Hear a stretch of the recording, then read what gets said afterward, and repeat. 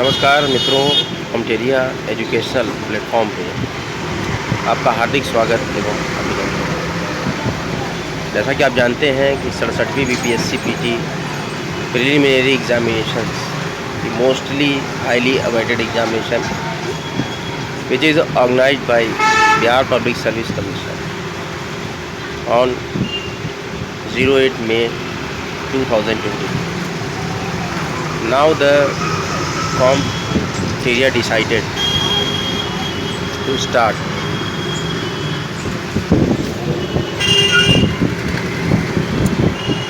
Comp provides very important questionnaire 10 or BPSC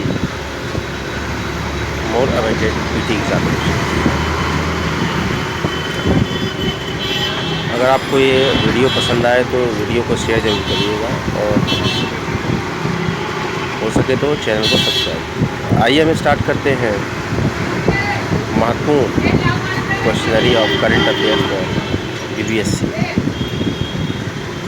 किस देश ने 4.5 दिन के कार्य सप्ताह को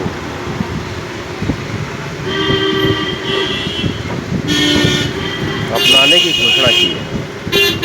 ये हाल में ही संयुक्त अरब अमीरात ने 4.5 दिन के कार्य सप्ताह को अपनाने की घोषणा की है।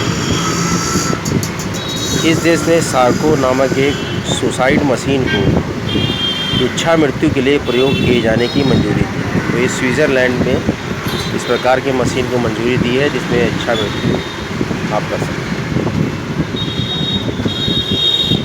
दिसंबर 2021 में मिथिला मखाना को जीआई टैग दिया गया है। ये किस राज्य से संबंधित है?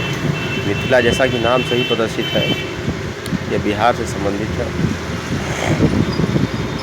टाइम मैगजीन ने किसे 21 के लिए पर्सन ऑफ द ईयर चुना गया है? टाइम मैगजीन में एलन मस्क को 2021 के लिए पर्सन ऑफ द ईयर चुना गया है। किस भारतीय वास्तुकार को ब्रिटेन के प्रतिष्ठित शाही पदक रॉयल गोल्ड मेडल 2022 से सम्मानित किया गया है? तो ये महत्वपूर्ण वास्तुकार जो हैं जिन्हें ब्रिटेन के रॉयल गोल्ड मेडल 2022 से सम्मानित किया गया है। बालकृष्ण दोषी को 31वां व्यास सम्मान सन 2021 के लिए किसे दिया जाएगा? 31वां व्यास सम्मान का नंबर है 31वां कि 2021 के लिए असगर वजाहत को दिया जाएगा। किस जिम्नास्ट खिलाड़ी को टाइम पत्रिका द्वारा सर्वश्रेष्ठ एथलीट पुरस्कार 2021 से सम्मानित किया गया है? तो सिमोन बाइल्स को पुरस्कार के लिए सम्मानित किया। किस राज्य में स्थित अस्कोट वन्यजीव अभयारण्य को इको सेंसिटिव जोन के रूप में घोषित किया गया है? तो उत्तराखंड में अस्कोट वन्यजीव अभयारण्य है, उसको इको सेंसिटिव जोन के रूप में घोषित किया गया है।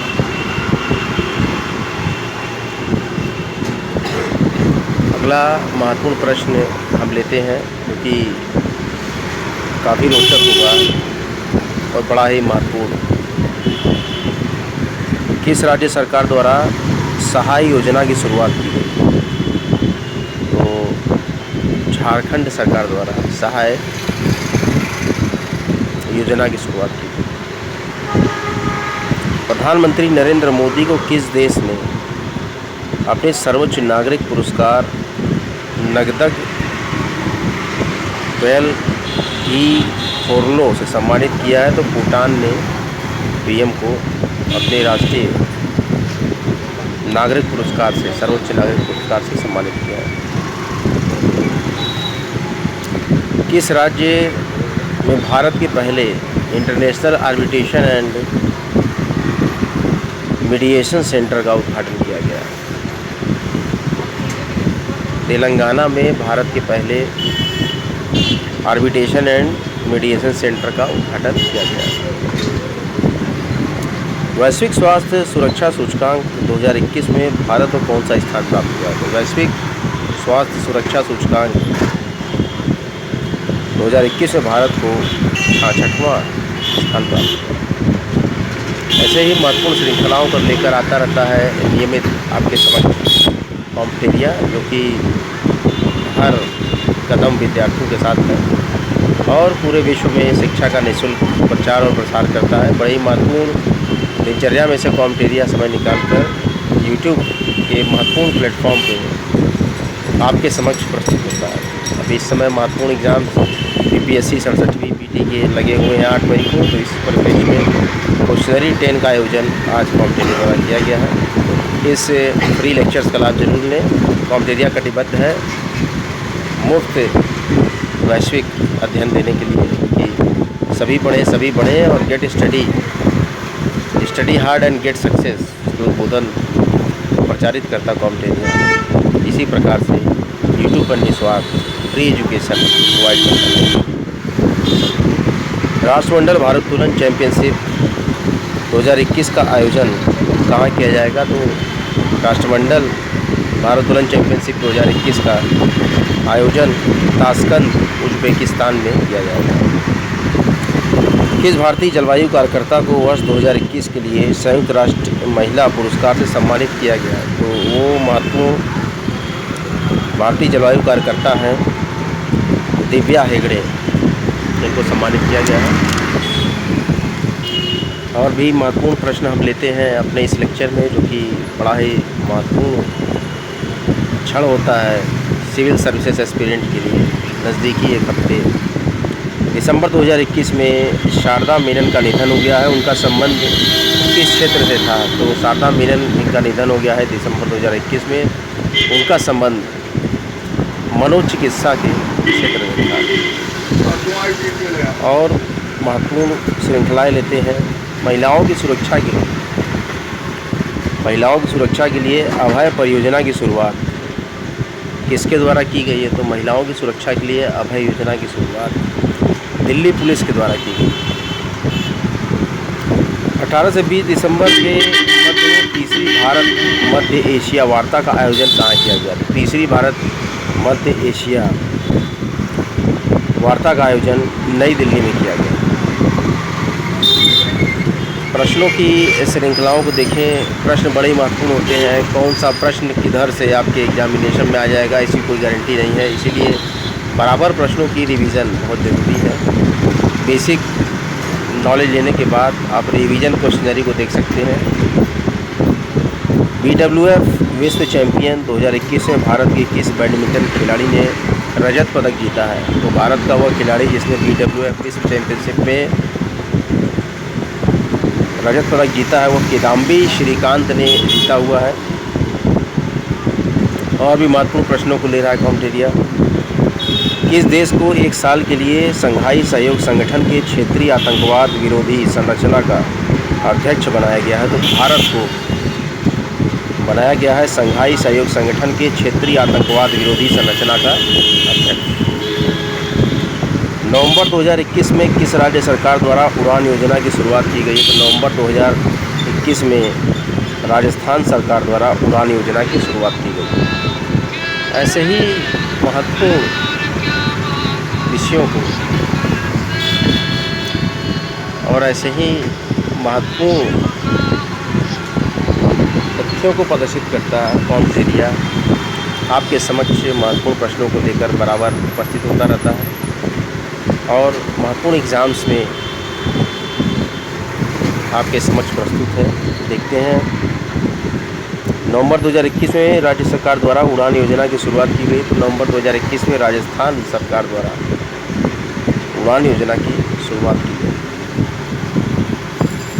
अगला प्रश्न हम लेते हैं कि केंद्रीय बजट 2022-23 में कितनी राशि की परिवहन से ranging and accelerating MSME performance यानी RAMP प्रोग्राम को शुरू किए जाने का प्रस्ताव है? तो 6,000 करोड़ रुपए से RAMP प्रोग्राम को शुरू किए जाने का प्रस्ताव हमारे केंद्रीय बजट 2022-23 में प्रस्तावित है। और भी महत्वपूर्ण प्रश्नों को हम लेते हैं।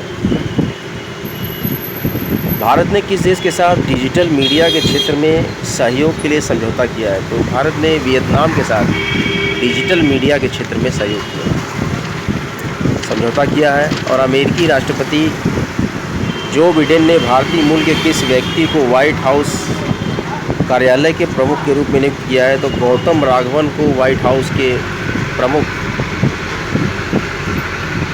के रूप में, कि आपके व्हाइट हाउस कार्यालय के प्रमुख होंगे, उसके लिए गौतम राघवन को नियुक्त किया गया है। और भी एक आध प्रश्न महत्वपूर्ण हम लेना चाहते हैं। हाँ बोलिए। महत्वपूर्ण प्रश्नों की श्रृंखलाएँ कॉम्पटेरिया स्टार्ट कर रहा है और निरंतर चल रही इस श्रृंखला में 10वीं क्वेश्चनरी को हम लगभग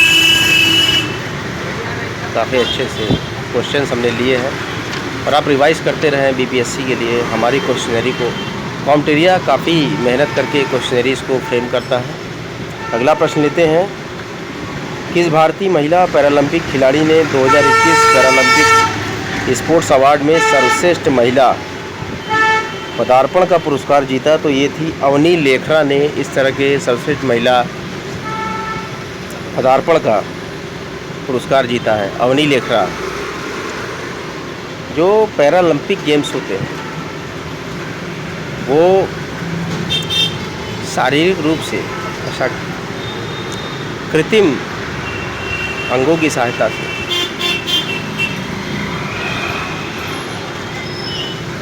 इनका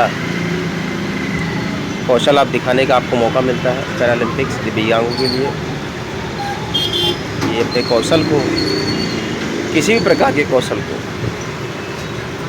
विश्व अछूता नहीं रखता है और हर एक कौशल को मौका मिलता है अपनी प्रतिभा को। प्रतिभाशाली कौशलशाली व्यक्ति को मौका मिलता है। अभी तो ये ज़रूरी नहीं है कि दिव्यांगता उसकी ये रोड़ा बने, कोई भी प्रकार की दिव्यांगता रोड़ा नहीं बन सकती, उसमें भी कौशल का प्रचार और प्रसार व्यक्ति करता है। इसीलिए प्रोजेक्ट्स लाया गया पैरालंपिक्स के गेम्स के। आइए हम अगला प्रश्न लेते हैं। किस भारतीय क्रिकेट ने सभी प्रारूपों से संन्यास लेने की घोषणा की? हरभजन सिंह ने सभी प्रारूपों से संन्यास लेने की घोषणा की। ऐसे ही महत्वपूर्ण प्रश्नों की श्रृंखलाएँ लेकर कॉम्पटेरिया आपके समझ प्रस्तुत होता रहेगा। आज के 67वीं बीपीएससी पीटी के महत्वपूर्ण क्वेश्चनरी के 10वें भाग को हमने समाप्त किया है। बने रहे जमे रहे हमारे यूट्यूब चैनल कॉम्पटेरिया पे और देखते रहें।